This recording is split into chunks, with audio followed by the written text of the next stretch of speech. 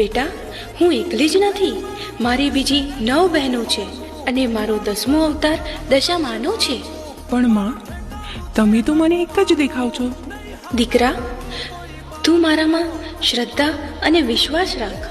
હું તને દિવ્ય દ્રષ્ટિ આપું છું. જો દીકરા, હવે તને મારા 10 સ્વરૂપ દેખાશે.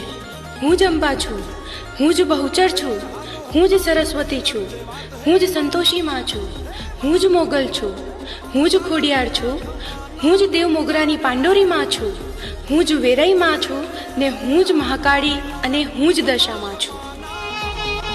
ત્યાં તો ગામ આખું ભેળું થયું.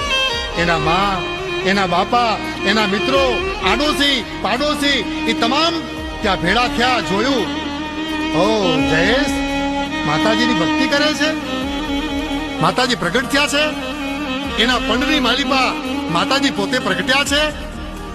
ગામના માણસોની વચ્ચે માં દશામાં ડંકો વગાડે છે અને દશામાં કહે છે,